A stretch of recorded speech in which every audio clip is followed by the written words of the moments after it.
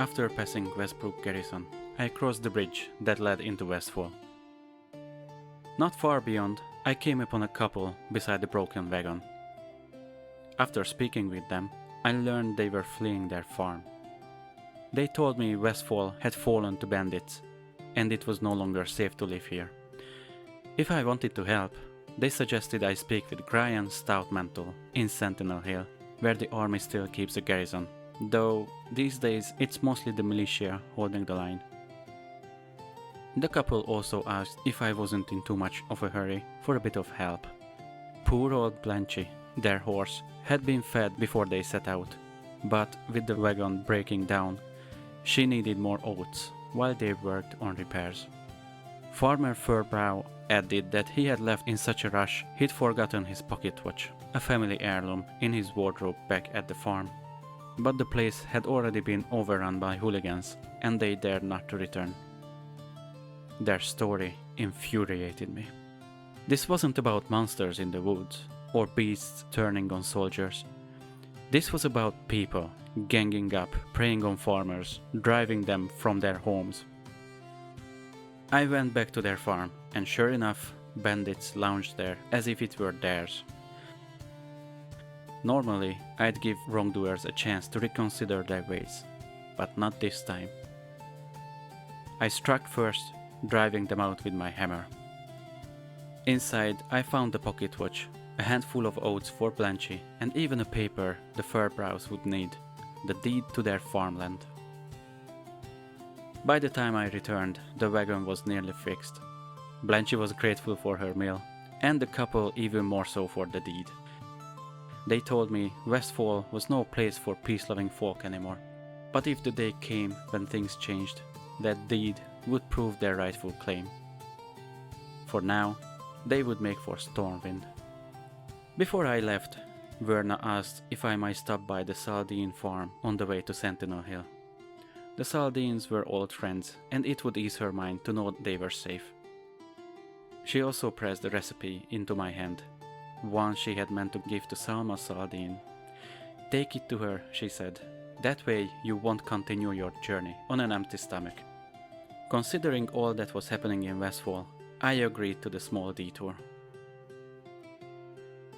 When I reached the Saldine farm that afternoon, I found Farmer Saldine and his wife standing ready with weapons, but they soon saw I wasn't a bandit. Salma's face brightened even more when I gave her Verna's recipe. "We will miss Verna so much," she said, "but she's always been a city girl at heart. Stormwind will suit her." She then asked if I might gather some ingredients nearby, not just for the stew, but for a Gortask liver pie as well. Apparently, they were planning a feast that night. Farmer Saldine had a request too: the Harvest Watchers. Once helpful golems in the fields, they had gone wild without maintenance. Dangerous now, better to shut them down. When I asked how, he only glanced meaningfully at my warhammer. So the afternoon passed in the fields, fighting wayward machines, gathering ingredients. In the end, it was worth it. The stew and the pie were delicious. They even offered me a bed for the night. With my belly fit to burst, I gratefully accepted. It seemed having a paladin under their roof put them at ease as well. Salma even joined me for my evening prayers. A small spark of faith still burned in her, even if her husband's had faded.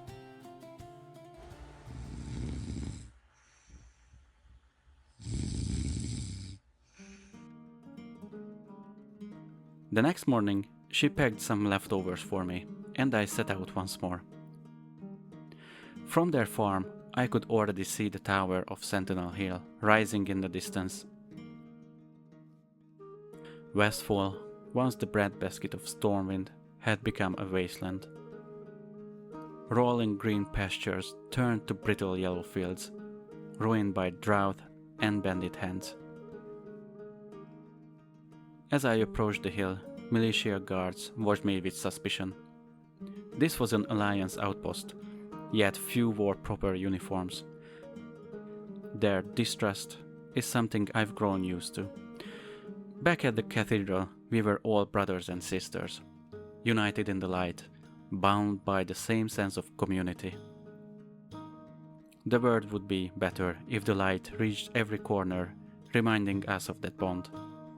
But small steps, one at a time. For now, my task was simple.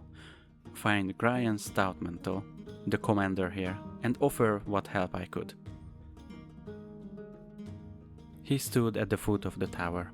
His hair was graying, but the way he moved showed a man who had seen combat many times. He was glad to hear I had helped the farmers, and what he confirmed matched what I had seen over the last few days. There were gnolls and kobolds in the area, causing trouble all around, but the greatest threat to Westfall was a more organized menace, bandits and thieves who called themselves the Defias Brotherhood.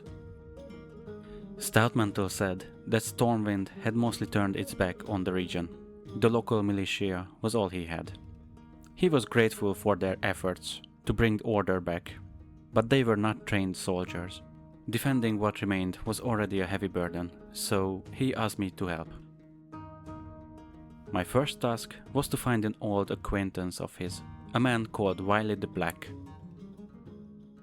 He didn't explain how they knew each other, only that a favor was owed. Since it was still relatively early, I secured a bed in the building that will serve as a barracks when it's ready, then set out to find Wiley. I traveled farther than expected, and when I finally found him, he only scratched down a few notes that might be useful to Stoutmantle. I hope he gave enough. I'm not fond of being used as a mere courier. It was already late afternoon when I returned to Sentinel Hill. When I handed the letter to Stoutmantle, his expression told me my trouble was worth it. He said the situation was much worse than we thought. This wasn't simply a gang of thieves and ruffians, but a highly organized network reaching across regions. The rumors about the Stonemasons Guild turning against the nobles were true. He still needed confirmation, so he planned to send someone to Stormwind, but for now he told me to rest. He expected answers by morning and had a feeling he would need my help.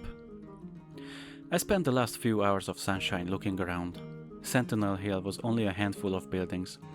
The imposing watchtower atop the rise with a great view, the lumber mill, its saws and hammers providing a steady background noise, and the barracks, still being readied for the militia.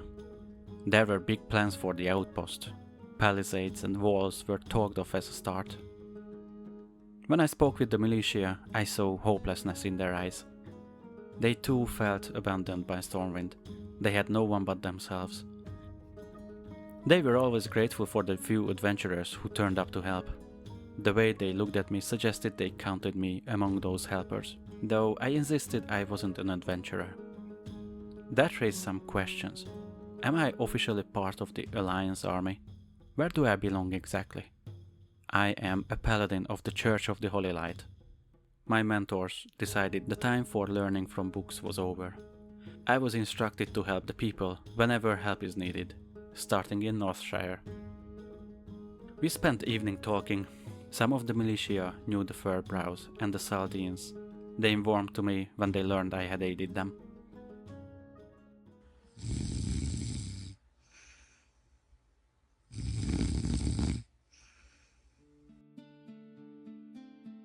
The next morning I went up to the tower. Stoutmantle was already waiting. His report from Stormwind had arrived, and the information was grim. The Defias Brotherhood was led by a man named Edwin Van Cleef. Their organization controlled mines in Elvin Forest and Westfall, gathering resources for building a weapon of mass destruction, a vengeful payback for Stormwind's nobility, who had refused to pay the Stonemasons Guild after the city's repairs following the First War.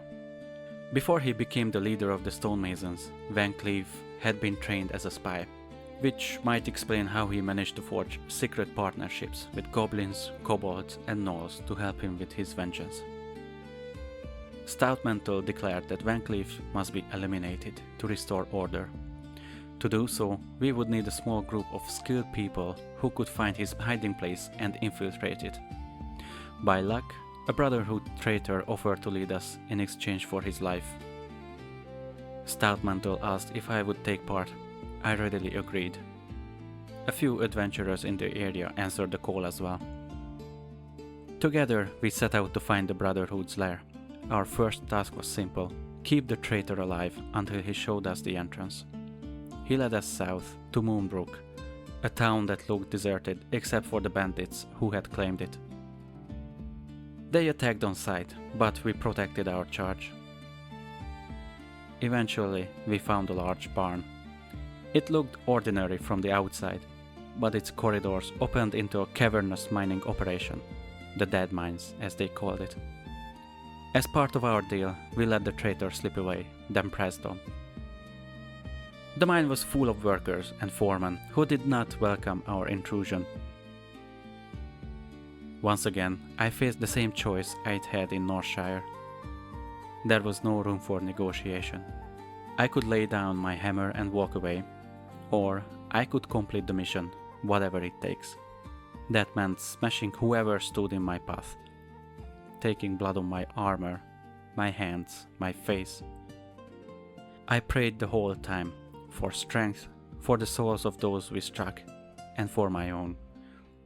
I prayed that the justice we meted out would be righteous. At the heart of the labyrinth, we reached the Ironclad Cove, a cavern holding a juggernaut of a ship. For a moment we stood with our mouths open. The cannons were as large as small houses.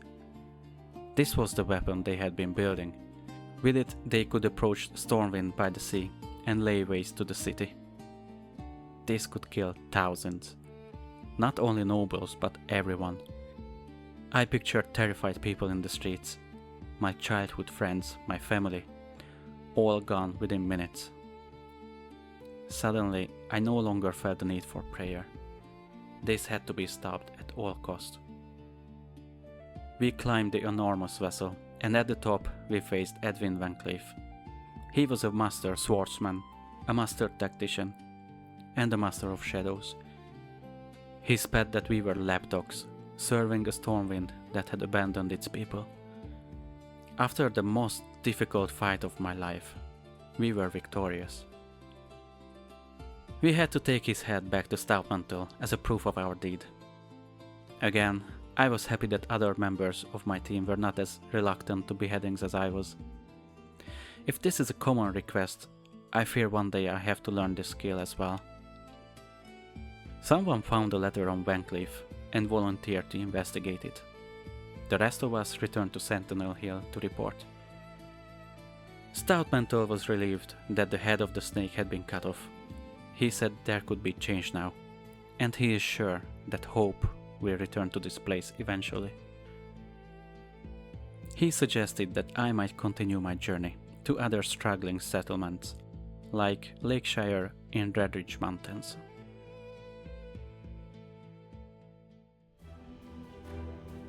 If you enjoyed the video, please consider subscribing, leave a like and a comment. Thanks for watching, see you in the next episode.